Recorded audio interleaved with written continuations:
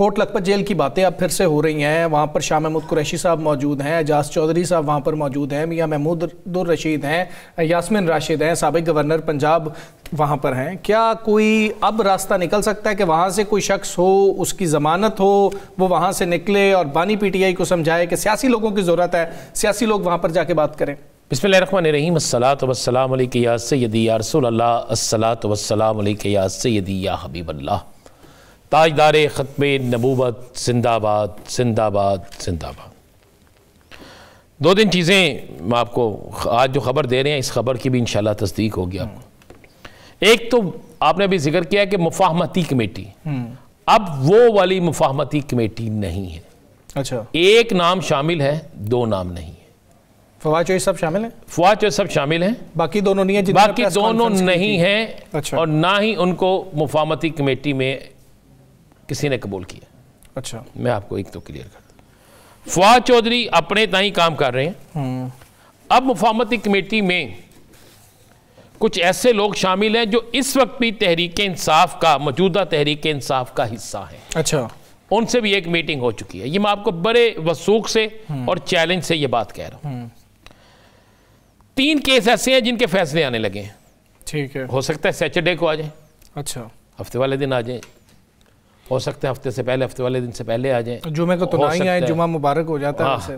ہو سکتا ہے پیر یا منگل کو آ جائیں. ٹھیک ہے. ان تینوں کیسوں میں اس کا ثاقب صاحب بھی ذکر کر چکے تھے جن کیسوں کا.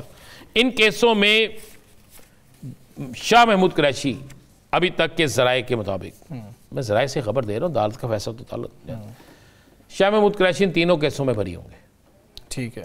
اس کے بعد شاہ محمود قریشی کی جو باقی ہیں وہ ضمانتیں بھی لگی ہوئی ہیں. شاہ محمود قریشی سے بات ہوتی ہے ایک شخص کی. اچھا، یہ کل جب وہاں پہ ایک ہیئرنگ ہو رہی تھی اور وہاں پہ باقی کام چل رہا تھا، کہ یہ کل کی بات میں آپ کو بتا رہا ہوں جو گزشتہ. ٹھیک ہے. تو وہاں پر ایک شخص نے کہا جی کہ آپ کے اکیلے باہر آنے سے باتیں بری ہوں گی، چیم گوئیاں ہوں گی کہ ڈیل کر رہے ہیں، ڈیل کر رہے ہیں. تو انہوں نے کہا کہ ایک پیغام تو میرا بالکل واضح ہے کہ میں نے اگر ڈیل کرنی ہوتی تو میں بہت پہلے باہر آ گیا ہوتا. صحیح ہے. جب ایک مقدمے میں، دوسرے مقدمے میں، تیسرے مقدمے میں یہ ثابت ہو گیا کہ میں یہاں پر تھا ہی نہیں، اگر 2 یا 3 فیصلے یہ ہیں کہ میں یہاں پہ تھا ہی نہیں، تو کس طرح 4 فیصلے یہ ہو سکتے ہیں کہ میں یہاں پر تھا. اس نے کہا یہ بات بالکل ذہن میں رکھ، مطلب ایک ہی مقدمہ ہے، اگر اس میں باقی جگہوں سے جو ہے مجھے یہی فائدہ پہنچ رہا تو شخصیت کا مطابق جس کی گفتگو ہوئی، میری ان سے بات ہوئی. ٹھیک ہے. انہوں نے کہا جی شاہ صاحب جیل سے بہت جلد آ جائیں گے کوٹ لکھپت سے. شاہ صاحب کسی صورت میں بھی بانی تحریک انصاف کے خلاف نہ تو کوئی گروپ بنائیں گے، نہ وہ بانی تحریک انصاف کے خلاف جائیں گے. تو ذمہ داری کیا ہوگی ان کو؟ ذمہ داری یہ ہوگی کہ وہ بیانیے میں کوشش کریں گے کہ مزاحمت سے مفاہمت کا شفٹ ہو جائے اور سیاسی لڑائی ضرور رہے، لیکن اداروں کے معاملات یہ جو ہے اس میں آپ ذہن میں رکھیے گا. یہ جو ہے نا جنوری اور فروری، جنوری اور فروری کے 2 مہینے انتہائی اہم ہیں. انتہائی اہم. ٹھیک ہے. آپ دیکھیں کہ انہی مہینوں میں شاہ محمود قریشی کی بیلیں بھی ہو جانی ہے، رہائی بھی ہونی ہے. ٹھیک ہے. اچھا، انہی مہینوں کے حوالے سے بہت سے ذرائع جو بات کر رہے ہیں کہ بانی تحریک انصاف کے بیٹے بھی آ رہے ہیں اور جس طریقے سے وہ ایکٹیو ہوئے ہیں. اچھا ذہن میں رکھیے گا وہ اکیلے نہیں آئیں گے، صرف 3 لوگ نہیں آئیں گے. حالی کوئی کہہ رہا ہے جمائمہ، دونوں بیٹے نہیں، 7 اور بھی بہت سے لوگ آئیں گے. وہ کون سے؟ اوورسیز پاکستانی ہوں گے، صحافی ہوں گے، انٹرنیشنل صحافی بھی ہوں گے انٹرنیشنل، اور کچھ ہو سکتا ہے سینیٹر بھی ہوں، کانگریس کے ہوں، کچھ اور لوگ بھی ہوں. اچھا، کانگریس مین ہوں گے آپ کہہ رہے ہیں، اور کچھ اس سے پہلے بھی آ جائیں، چونکہ یہ سارا کچھ ہونا جنوری میں. لیکن حکومت کہتی ہے ہم ان کو سیاسی ایکٹیویٹی نہیں یہاں پہ کرنے دیں گے، ملاقات کریں باپ سے. اور میں نے آپ کو یہاں پر ایک لفظ بھی یہ نہیں کہا کہ وہ کسی جلسے کی قیادت کرنے آ رہے ہیں. لیکن یہ جو موو بن رہی ہے یہ تھوڑی سی پولیٹیکل لگتی ہے. ہمیشہ ہر شخص جو ہے وہ اپنی موو جو بناتا ہے، اگر آپ اس پاکستان میں 5، 10 یا 20 باہر سے لوگ آتے ہیں اور آ کے وہ پرامن رہتے ہیں تو کسی کو کوئی اعتراض تو نہیں ہوگا نا، کسی کو اس میں پریشانی بھی نہیں ہوگی. اگر آپ یہ کہتے ہیں کہ باہر سے کوئی بھی پوچھ رہے ہیں یا خبر دے رہے ہیں؟ نہیں، میں خبر دے رہا ہوں. اچھا، نہ پریشانی ہوگی نہ کسی کو اعتراض ہوگا. یہ میں آپ کو خبر دے رہا ہوں، آپ اس خبر کو آنے والے دنوں میں دیکھ لیجیے.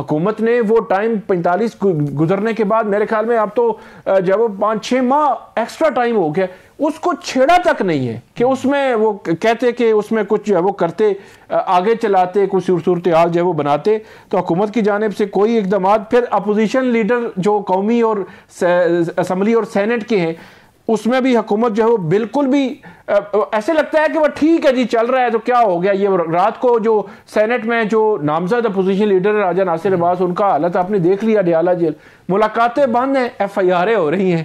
تو جہاں جہاں دیکھیں کہ اتنی امپورٹنٹ چیزیں ہیں, ان تمام پہ لیجسلیشن بھی ہونی چاہیے, آگے کاروائی بھی بڑھنی چاہیے, چیزیں بھی آگے بڑھنی چاہیے, لیکن حکومت جو ہے وہ بالکل اس نے ایسے لگتا ہے کہ ہر چیز جو ہے وہ سٹاپ کر دی ہے, روک دیا ہے ہر چیز کو.